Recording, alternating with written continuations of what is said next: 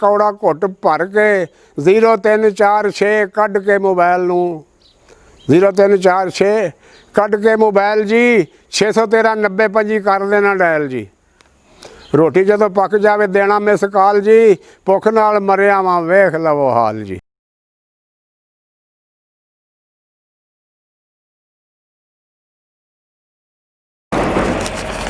बिस्मिल्लाहिर्रहमानिर्रहीम। लो जी इहदा नाम है मिस कॉल। तो मिस कॉल मारन तो पहला मेरी रिक्वेस्ट है कि मेरे चैनल में सबसक्राइब करो तो बैल आइकन के बटन को दबाओ ताकि आने वाली वीडियो तुहाडे तक पहुँचती जाए। शुक्रिया। तो मिस कॉल ये कि मंगण वाला एक दिन सहुरे घर आके मंगण वाला एक दिन सहुरे घर आके कहन लगा हौली जिहा बूहा खड़का के ना तो मैं फकीर हाँ तो ना ही मंगण वाला वां। अपनी सवाणी कोलों मैं तो संगण वाला वां। ना ही मैं फकीर हाँ तो ना ही मंगण वाला वां। अपनी सवाणी कोलों मैं तो संगण वाला वां। इहो जिहा दिन रब किसी नूं विखाए ना किसी नूं भी किसी दे बूहे ते घलाए ना किसी नूं भी किसी दे बूहे ते घलाए ना। विच परदेस दे कोई बैठी मेरी दादी नहीं। 3 दिन हो गए आपां रोटी असां खाधी नहीं।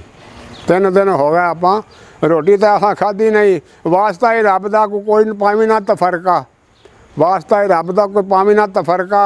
रोटी एक दे निक्के बच्चों का सदका। आपां अगों कहन लगे ढिला मूँह करके ठंडा जिहा निक्का जिहा होका एक भर के सच पिया आना भुख किसी की भी सक्की नहीं। आया है बटैमा वीरा रोटी अजे पक्की नहीं।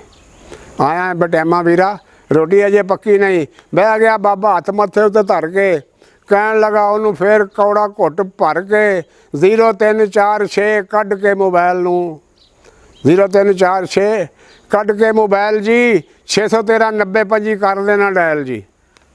रोटी जदों पक जावे देना मिस कॉल जी।